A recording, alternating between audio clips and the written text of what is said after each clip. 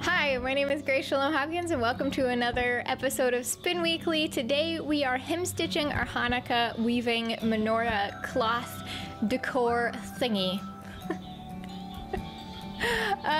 So I don't know what day of Hanukkah this is that you're viewing this on, as yesterday I noted, but I do know that we're gonna talk hem stitching.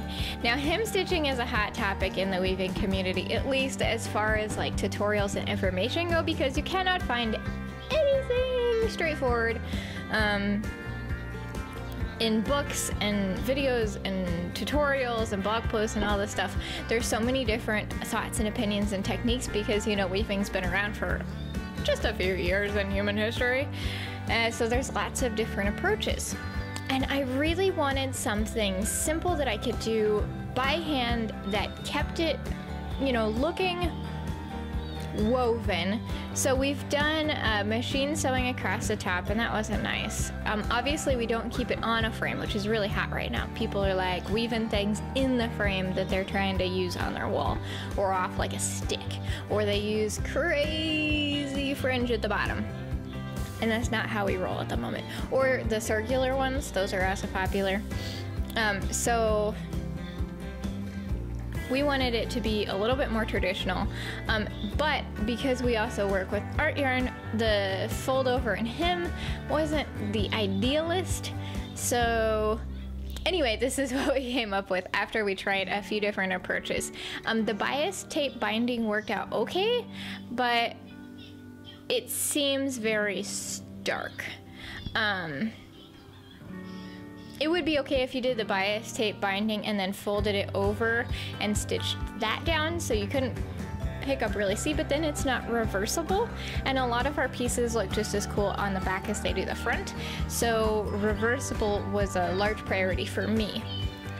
So anyway, I came up with this hem stitch, and it's really easy to do. I'll link you to the tutorials that I followed to get here. This is not my idea. And this is not a tutorial. I'm just sharing my process with you.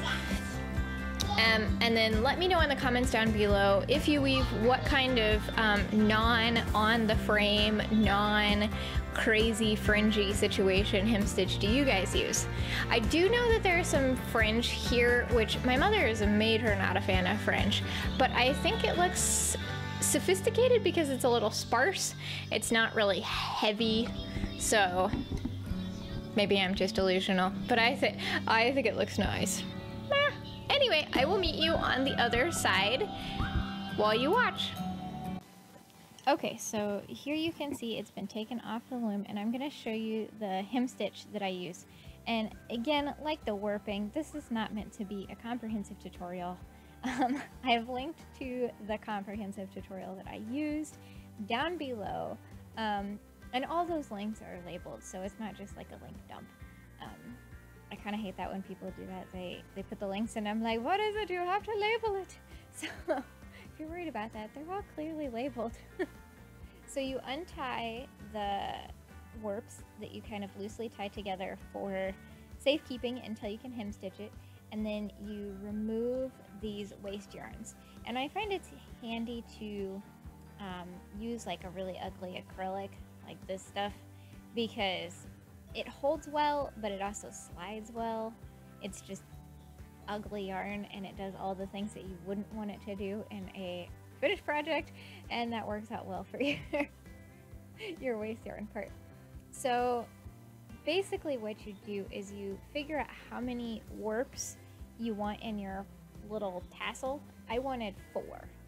So then you stick your needle and thread in there, and this is a darning thread that was from the Paradise Fiber of the Month Club in, I believe, October. So yeah, it's 100% wool, so it's got a really nice grip. So yeah, you basically make a little half hitch around the first set of 4, and then from behind you go down 3 rows, and then you separate out the 4 again. Yep. And then with that, you loop the thread around in like a blanket stitch sort of thing. So you go under once, under twice, and that loop there, you put the needle through. So you make half hitch around the thread. And then once again, coming from the back, you poke down 3, pull your needle up, and then you do the same thing. And you continue to do that all the way through. And when you get to the end, you just weave in the end of the yarn. And even though I used a burgundy instead of the actual, instead of the actual warp thread, which is what is suggested, but I accidentally left it at my mother's house, then it's very invisible even with that. So what I did to make it further invisible is I tied, see the tassels, over the top of that little loopy bit, and you can't see it anymore. And then I cut them to an even amount. So I felt like this was really a super easy and beautiful and secure way to do it. So I'm going to stop talking and let you enjoy the big reveal and the end of this hem stitching experience.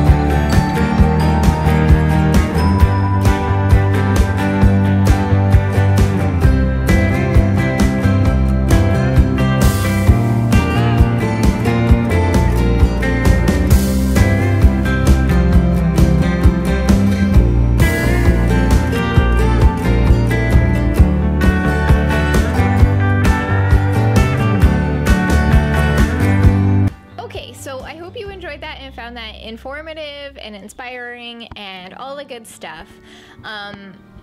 Yeah, I have the urge to do a Hanukkah wrap-up because geographically, timeline-wise, this is the last video, hopefully, that I film.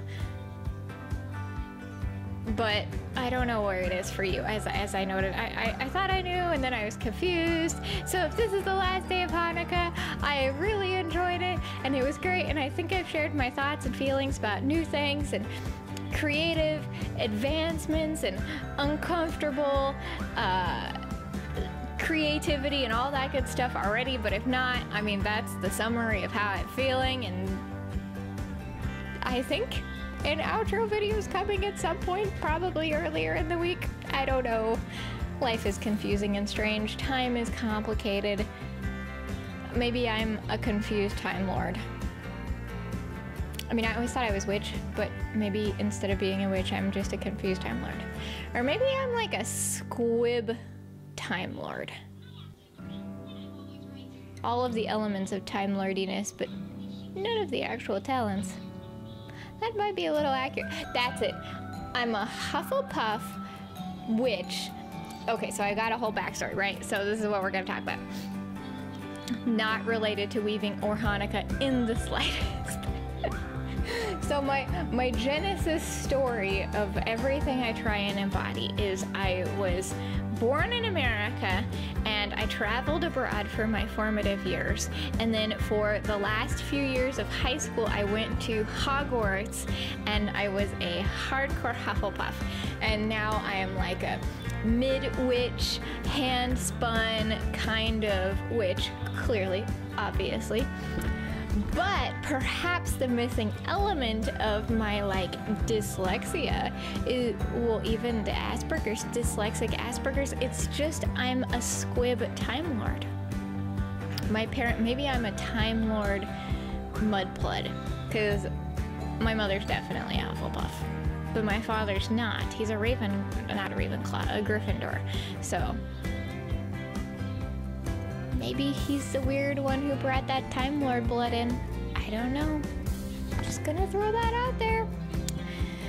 That was completely off topic. There you go. Instead of a wrap-up, you get a look at my magical genealogy. So there you go. Anyway, I will see you when I see you. I don't know when that is. But if you liked this video, hit the like button. And if you don't want to miss out on any of these shenanigans, magical or mundane, hit the subscribe button. And as per usual, this video is brought to you by my Patreon patrons who get access to voiceover videos or music-only videos. Whatever you don't get access to, they get access to, because I always make both of those, voiceover and music. So whichever one you're not having here, you get there. So super big shout out to those guys. I love you, and you could be one of them too if you want to. There's links down below, and I will see you next time.